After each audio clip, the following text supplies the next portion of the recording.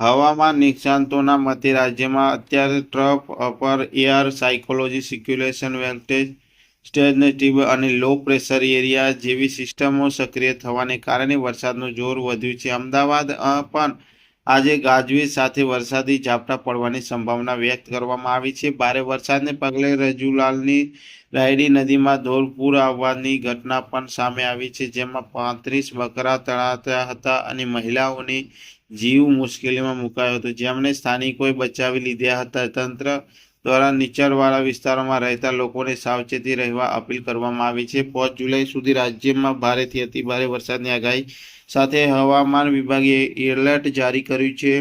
આજે 4 જિલ્લામાં red alert અને 5 જિલ્લામાં ઓરેન્જ એલર્ટ જાહેર કરાયું છે. પવનની ગતિ 40 થી 50 કિલોમીટર રહેશે અને વીજળી પડવાની શક્યતા પણ રહેશે. રાજ્યમાં અત્યારે trough upper air cyclonic circulation western